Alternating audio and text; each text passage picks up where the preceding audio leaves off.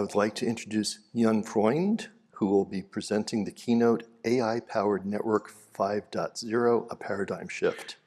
Yun is a vice president at Google and traveled from Silicon Valley to join us today. Yun was named one of the top 50 women in tech leaders to watch in 2023 and received a 2019 Woman of Influence Award by the Silicon Valley Business Journal. This is Yun's first time presenting at NANOG, and we are honored to have her speaking with us today. Welcome, Yun.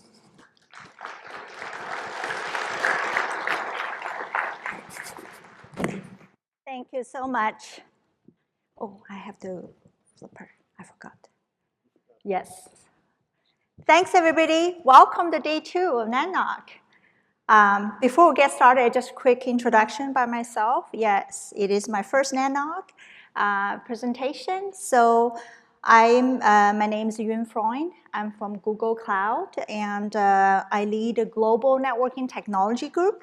And not only we support Google Cloud, but we also support YouTube, search, all the product area within Google. So today I'm super excited about this presentation to share some of the insight my team has done using AI-powered Network 5.0.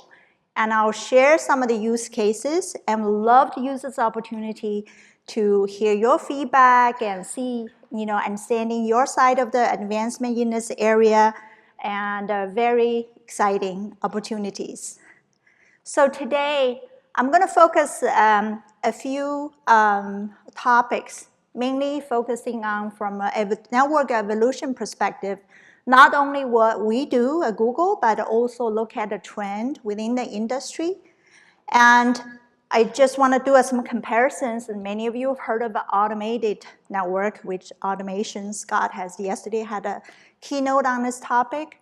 I also want to introduce a topic called autonomous network. What is the big difference between these two? And also share some of the use cases we've done using AI-powered Network 5.0. Some of the use cases are very near and dear to this audience. For example, autonomous network operation. How do we make our network operation much more efficient, more optimized as the network grows and more complex? And how do we also, as a part of the network, how do we make our business process and network architecture more simplified and more optimized for the growth? And then lastly, I will touch base on AI-powered predictive network and why it's so special this time of the network evolution, how important the transformation in the space is. So I started up in terms of, we've come a long way in terms of networking. We still remember back in old time, we're logging our devices, do a CLI configuration manually, individually per device.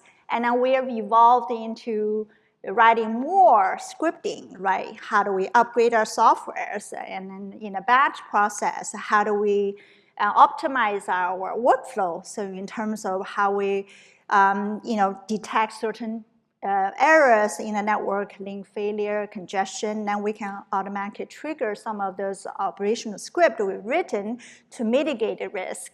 So all that has advanced quite a bit.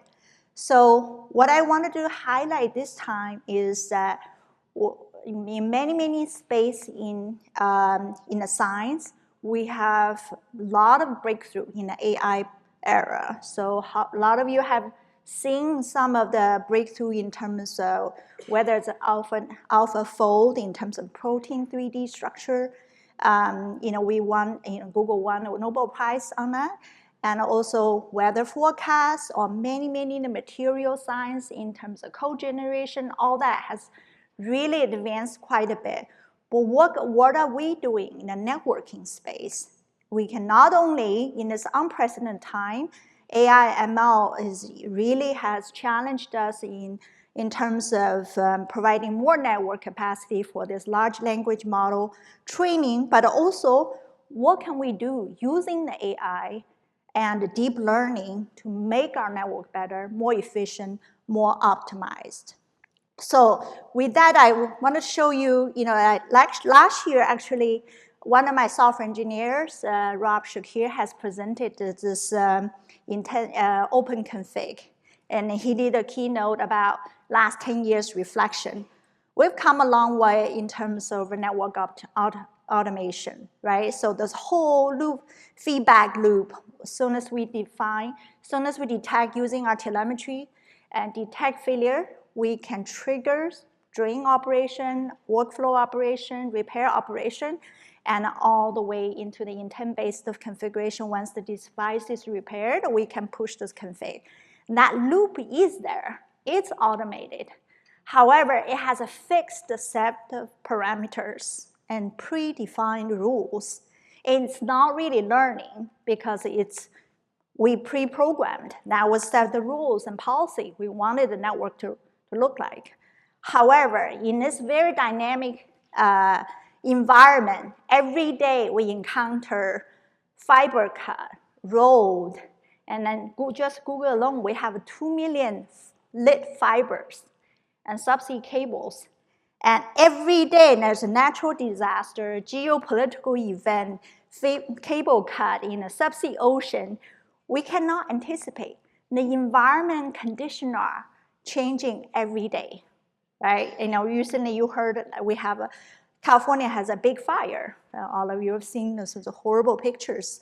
How do we react or predict those failures ahead of time proactively and address them? And that's where I think autonomous network 5.0 is going to make a difference. So what's different between automated network versus autonomous network is more, now we're not only outsourcing the predefined rules, tedious task.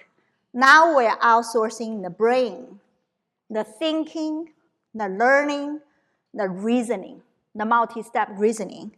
So the difference is that now we are removing human out of the loop because the network has become so complex, the human cannot make any decision anymore, right? So just to see some of this is a Waymo in Texas. We are live. You can see the multiple conditions. There's actually there's a lot of unforeseen conditions that I want to replay one more time. You see the scooter person, the pedestrian is trying to swivel in, but the Waymo driver, there's no human involved in that Waymo driver. The Waymo driver has predicted and that unforeseen condition to be able to swivel the vehicle without causing any collision. By the way, how many of you have ride at Waymo? Yay, great. By the way, it's very safe. The first time is very nerve-wracking. It's live in San Francisco, Phoenix, and also Los Angeles. I think this year, 2025, we're going to deploy 10 more cities. We're running actually 150,000 trips every week. So far, it's been more than 5 million trips. So it's very, I think what we call the autonomous vehicle is here. So how do we, using some of the technology in recent years to advance our network? That's our opportunity. I'm super bullish about this. So using AI, making the decision without human intervention. So today I'm going to share some of the use cases. I just want to make sure that we understand the network is very complex, especially in some of the hyperscaler. We are operating thousands of nodes, links, and hundreds of edge locations. We have global cloud, we have YouTube, we have search all over the world. We run the largest global network in the world. There's a very complex system, not just in terms of telemetry.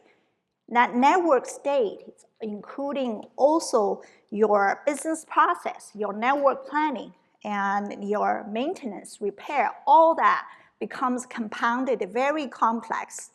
So what we're proposing is that if we could build a virtual representation of the network, And that can not only model the network state, topology, failure, but business process, network planning, and also safety. Everything is almost a virtual representation of the entire network, end-to-end life cycle. Then we can truly make that decision without human intervention. So complexity is where we think that the current AI deep learning technology can help us solve. So what I want to do is share some of the use cases we've done at Google. And many of you already done it. I've seen some of the presentation in some company are very pretty much have advanced in this space quite a bit. So I'm super excited to hear and see some of the papers that have been written in this space.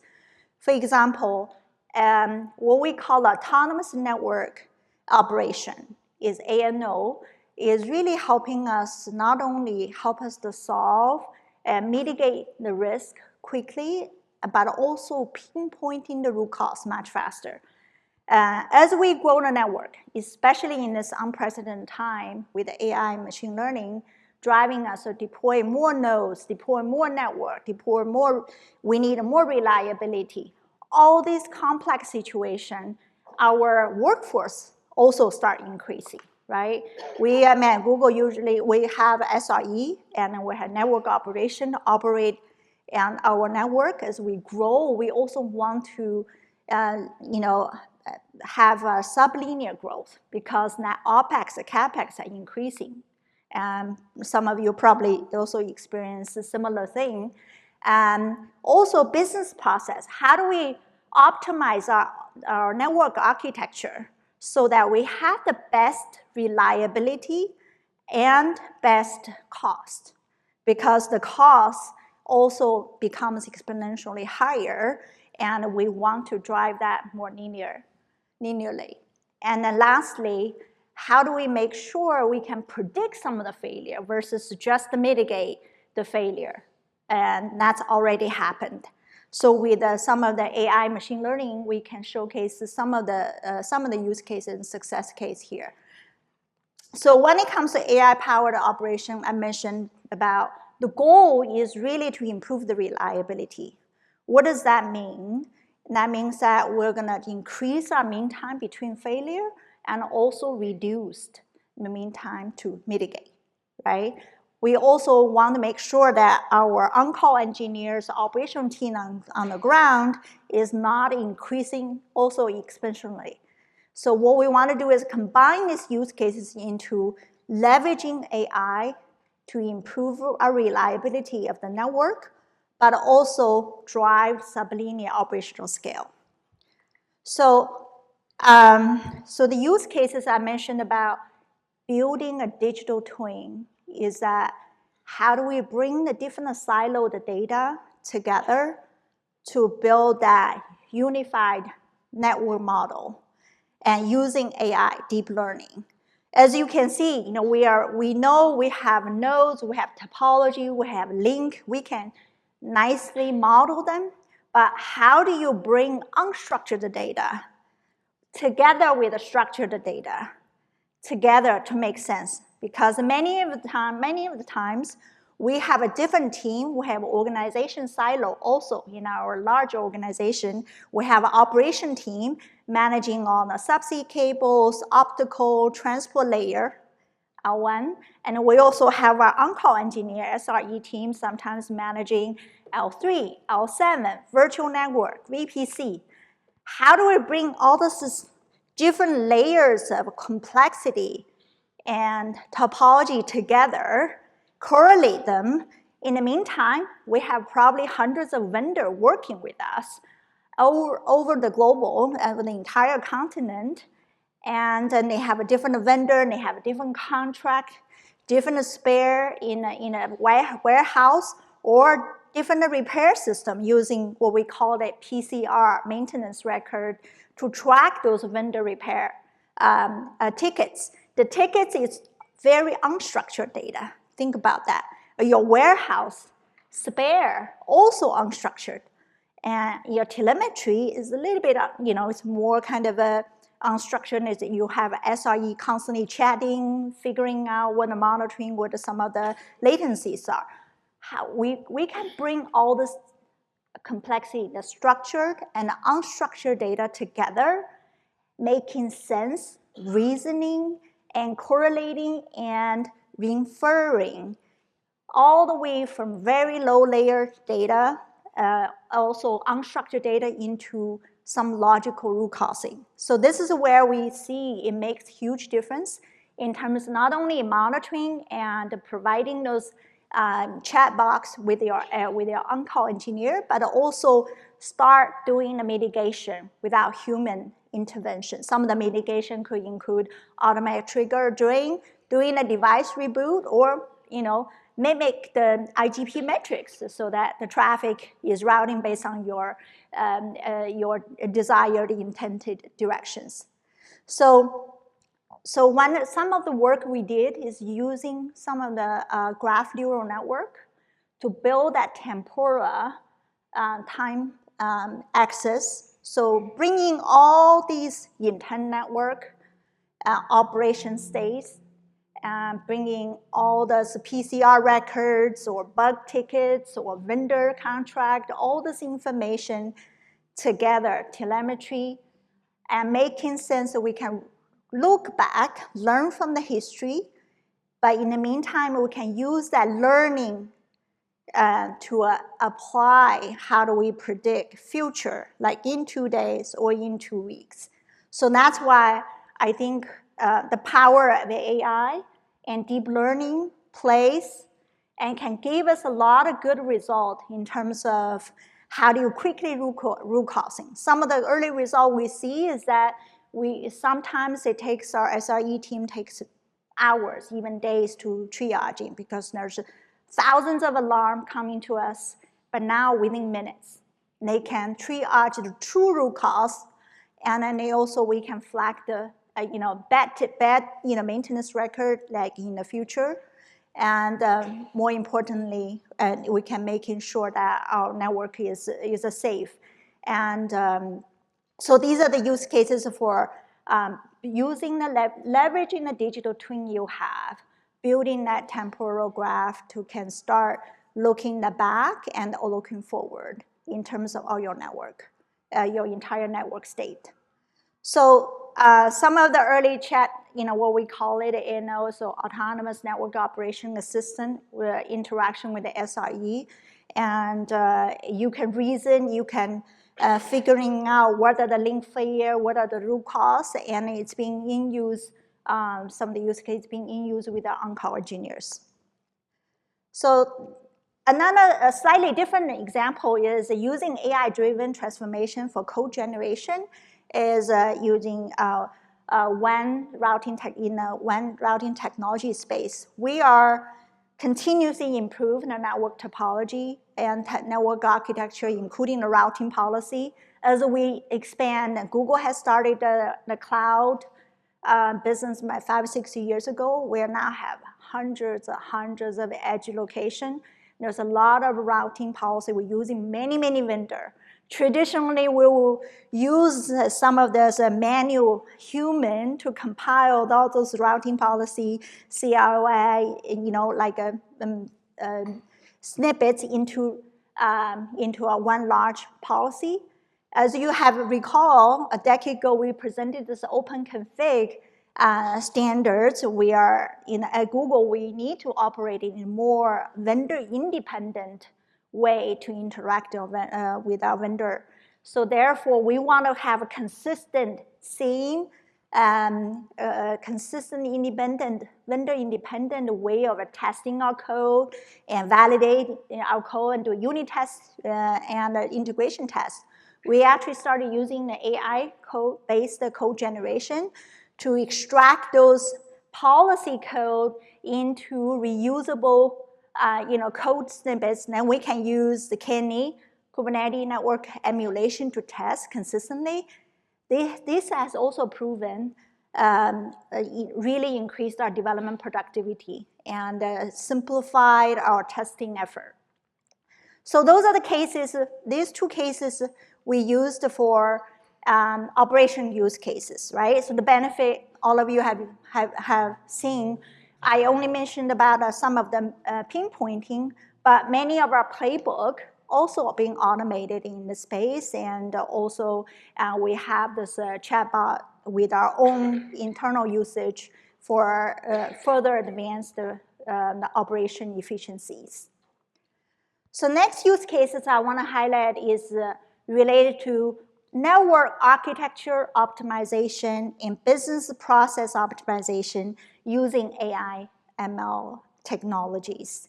So as each company rolling out your next generation architecture, you always want to find the best optimal network reliability and cost. So, as you can imagine, we operate in a large amount of OpEx, CapEx cost. We want to make sure our technology network architecture is the most optimized. As we continue grow, supporting a large language model, LLM, we need to massively expand our network capacity. But in the meantime, we also want to roll out our new next generation architecture.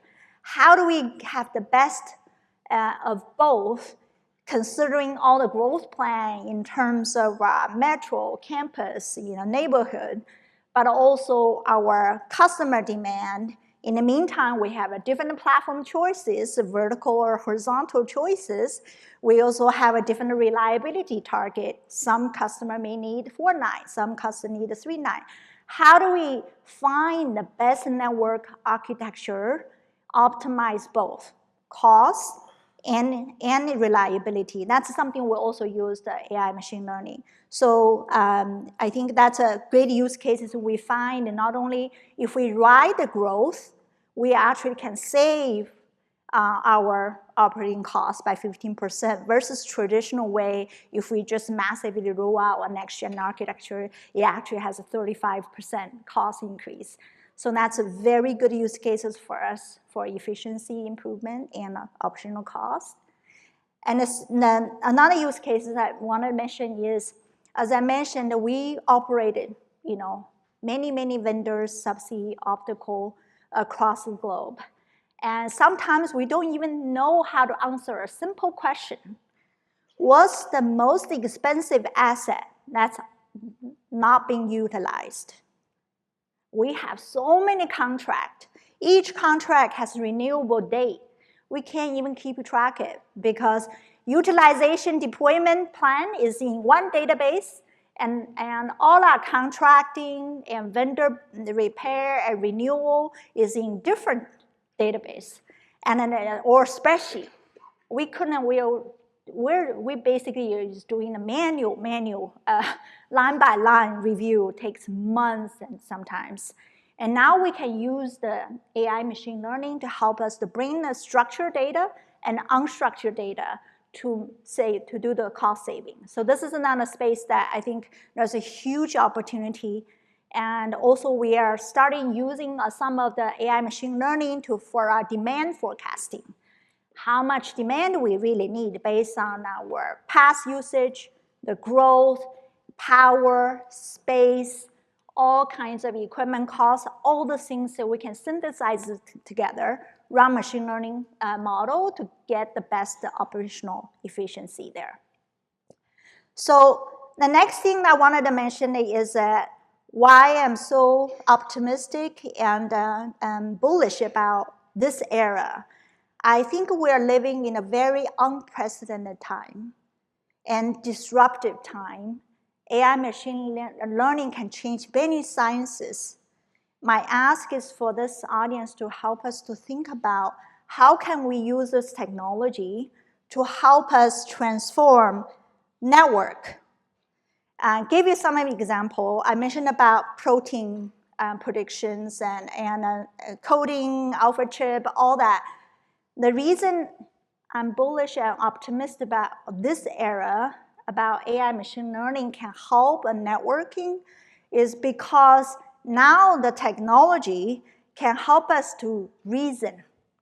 The outsourcing brain, as I mentioned, and like a human.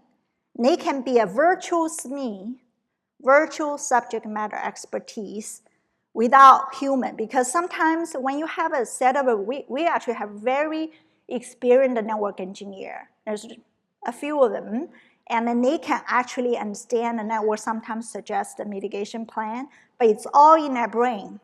How do we outsource that? Building that digital twin so that that model, that AI virtual digital twin can start reasoning, learning, and adapting. That's why this time is different. And what we see is that many use cases applied. I want to mention a couple of use cases applied in other space. The reason I want to mention about GraphCast is that this is a model that is being running for weather forecast, been running in supercomputers for months. But now we're able to run the model using deep learning. As I mentioned, this article is posted in the Nature magazine on the one single GPU chips. And we are now can do the forecast within minutes with a 97% accuracy. So if you read the paper, I'm not a weather forecast expert, but there's 100+ variables. They're constantly changing. They are all in different data sources. And with a neural network, we can now predict with more accuracy and with less time. Dealing with 100+ variables is unprecedented, right? Because it's hard to do. And the other use cases is that the Google map. I always think about driving is similar like our networking, because you have so many, you have disaster everywhere. You have typhoons and a snowstorm everywhere, road conditions, so we have fiber cut. And due to vandalism, somebody wants to steal a piece of metal, they cut that fiber. All those things unprecedented. So how do you train that your model to synthesize your network, so you can learn all this dynamic condition, the environment that's changing? It's because sometimes the road, Google Maps, if you look at it, and the road, there's an article I posted here is also use a graph neural model. How do they actually improve the efficiency, improve the ETA prediction time? Is because they have modeled the segment, they call it a super segment, with multiple variables. Like if a road is congested in a different parallel road and that road is closed, it's going to impact your ETA on your road, right? So it's the traffic time on Tuesday evening is actually different than Friday because everybody want to go home a little bit early on Friday. So all these conditions are dynamic. How do you still provide that accuracy? It's something the model can learn, can reason, can adapt.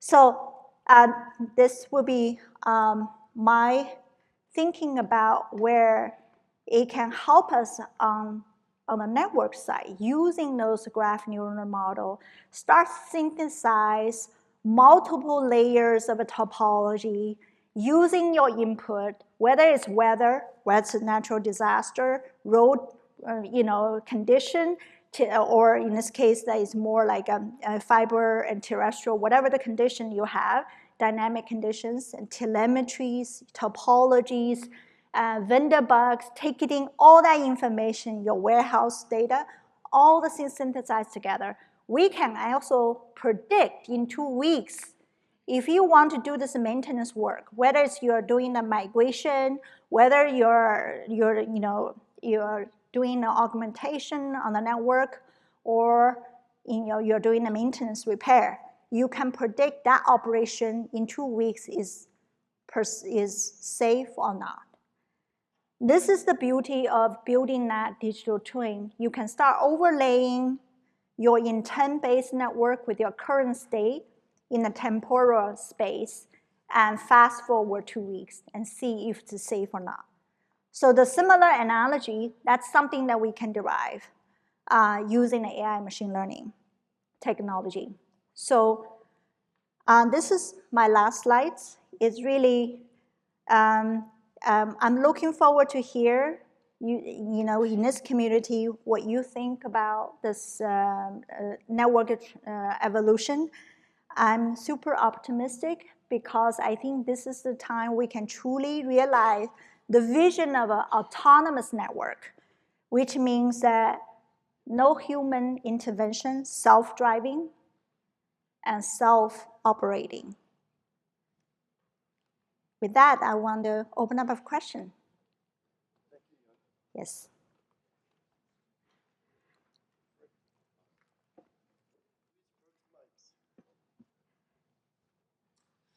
I think we'll start with Jeff. You got here first. Jeff Houston, APNIC. I must admit, and I confess to having been around a long, long time. And I was there at the very early days of when the internet confronted the old telephone networks. The old telephone networks viewed the network as a bunch of incredibly dumb machines. And the telephone company was there to orchestrate the behaviour of those dumb machines. Routing tables were installed upon components within the network. It couldn't act autonomously at any level. It was a command and control system. The internet, to my mind, was typified by stateless distributed routing protocols, where each element did not need centralized command and control. You built a system of routers where each element effectively sensed its environment, repaired damage, and acted autonomously. You didn't need command and control. It was simpler, was cheaper. It made more efficient use of resources.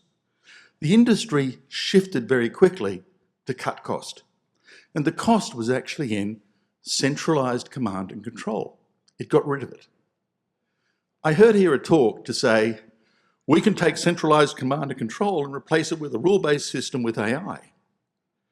And if I was living in 1970 and working at that level at the time, I'd say, Yahoo! I can fire all these people doing all this job and replace it with a machine, and that's fantastic. But the network you're looking at now doesn't need it. We actually discovered autonomy at that very basic unit level. And the talk that I'm hearing now seems to deny a lot of that. It kind of says, well, I can take centralized command and control and make it more automated. Whereas I would have thought the answer was, can I place more autonomy in network components, allow them to self-heal better? And it's that tension that I don't see reflected here. I see an effort of trying to perfect a dim and distant past, but I'm not resonating with it. I think what really made the internet different was stateless, autonomous components that could act with autonomy without control. And that was its brilliance. And it just seems to me, I can't grok against what I'm seeing here, against that insight. Great question. I don't have a perfect answer, but I would say that you're absolutely right. I think some of the stateless protocol made a big difference in terms of auto-healing. Actually, we've been using a software-defined network SDN. So we also presented a paper called the decentralized DSDN. So at those device level or networking level, we are looking at different level. One is how do you use some of the technology, decentralized SDN, running in each router to optimize the best of doing auto-healing. But on the other hand, sometimes I think in this vision is not saying that everything is one centralized command. We're also actually looking at exploring multiple different models and decentralize the model eventually and aggregate at a higher level, more kind of hierarchical approach, so that you can still optimize the local and eventually you have at least the overall state and making some decision capability, because sometimes it's a ripple effect. You don't know whether root cause is or truly is. But I hear you. We can have offline discussion also on this. Yes. I'd conclude with the observation that I think the two amazing cut-throughs in thinking about large-scale automated networks were both link state routing and distance vector routing, a product of the 1950s and the 1960s. We've done nothing since, nothing, and that's a real problem. Thank you. Thanks, Jeff. Let me get to an online. This is actually asked by two people, Daniel Darty and Darlene Bryce. Sorry if I mispronounced your names. Question for me, given the complexity of the heterogeneous and multiple vendor networks, their resource, CPU/memory requirement, how much were you able to replicate the Google network in the digital twin? If a lot, how much resources are you using, and how realistic is this to have a replica of the operational network in digital twin? Yeah, that's a great question. So we started experimenting with a smaller region, smaller scale. Yes, we're using OpenConfig everywhere, working with the different vendors. And I think the biggest challenge in front of us is, I mentioned also in my blog, is the data, right? I think the data is always hard because every organization have their own data and they're siloed. It's hard to make sense of them. So bringing all the data together and enrich that telemetry and data synthesization, and will help you to grow. We are start experimenting with the local, and we are optimistic that thinking that in the near future, we can expand to a most critical area that needs this kind of a digital twin that's mostly fragile. So it's a growing. It's basically a progression that we're looking at. But thank you for that question. Okay, back microphone, please. Please remember to introduce yourself. Good morning, Randy Zhang from Cisco. Thank you, Yuan, for sharing your insights. I also had a question about digital twin, maybe a slightly different angle. So when you build a digital twin, right, how deep do you go down in terms of the layers? Do you go down all the way to the physical layer, transceivers, fibers? Do you simulate those, or do you just stay at the very high layers? Definitely all the way, yeah, because many of our challenges is actually happen.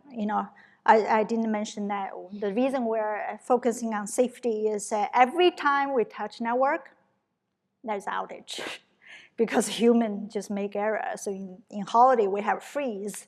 When it's during holiday freeze, no outage. It's great news. So when technician touched the equipment, whether it's optical transport, and that start bubbling up, sometimes you may not know immediately where, right? So, but if you have filed some kind of record before, we can quickly use in DigiTwin to correlate that.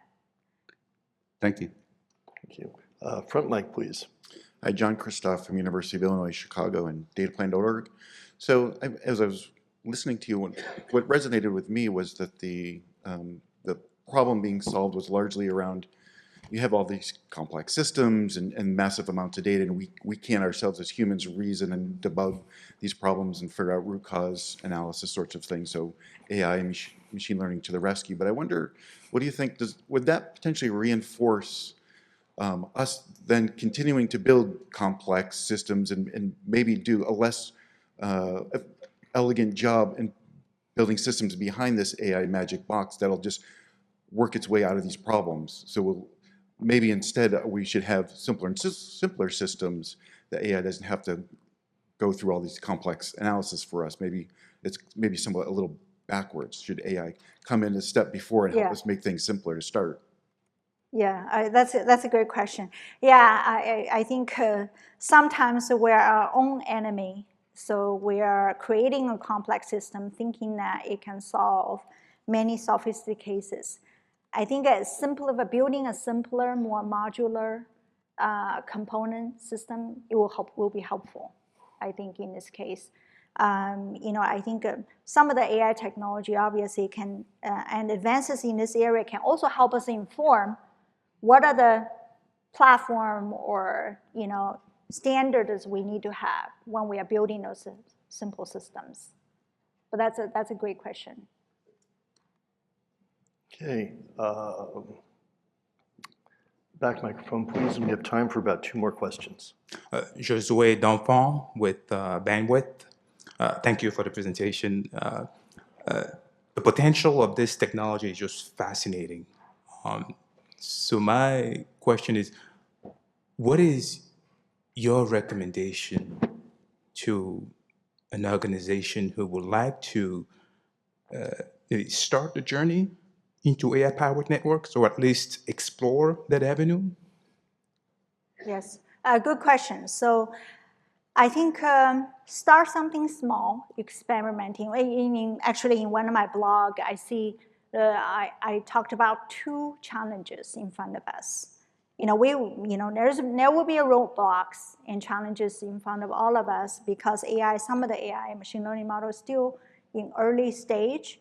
So you start with some small use cases, like maybe pinpointing your root cause faster, something like that, because it will help you to build that familiarity with the AI machine learning. So in my blog, first challenge is data, because you have a different organization.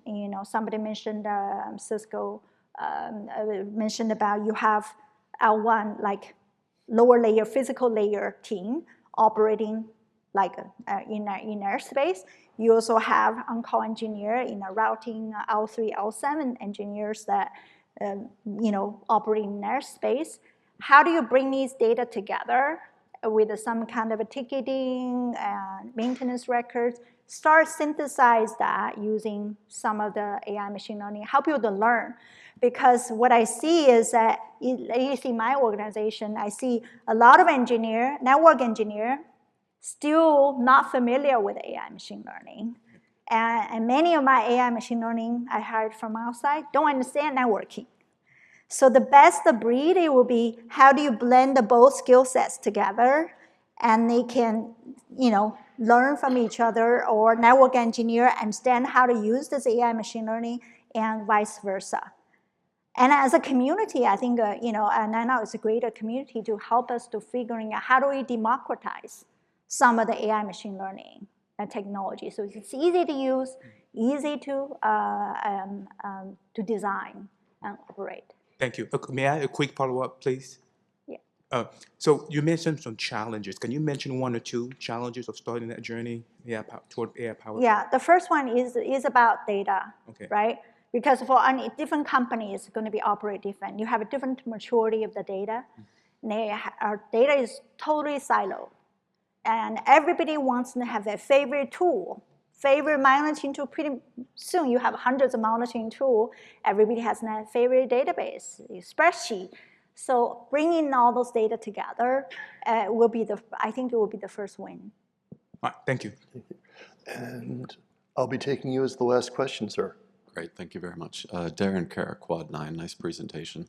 I think that you had a call to action that said, go away and think about this.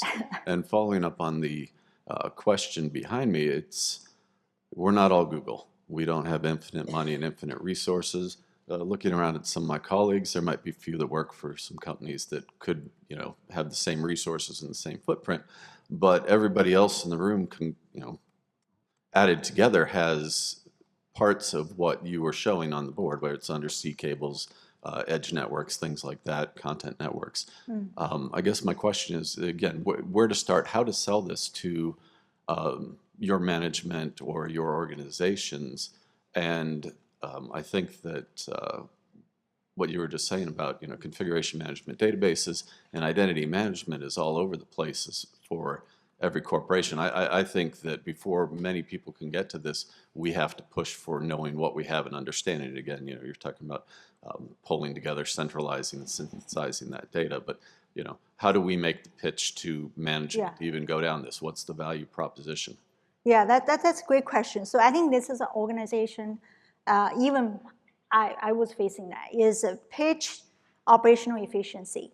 If your network continue to grow, you have a very large complexity, or you have a newer device, older device, or different software releases, how do you reduce your OpEx or not increasing your OpEx while still you can support large increasing growth of the network? So that can be a business lever for you to pitch to your management team, increasing the operational efficiency to have sublinear growth and better reliability, right? Figuring out the small use cases that you can pinpointing some failure within minutes and reduce the customer pain. And those two things, I think, probably, we are talking to a lot of telcos also. They want to learn from our use cases. Right now, we are only using internally. And those are the things that mostly resonating with them. Operational efficiency, improved reliability. Okay, great. Thank you very much. Yes. Thank you, ma'am. That was awesome. I learned something. I think we all learned something. And we have to move forward now. Sounds good. Thank you very much. Thanks, everybody.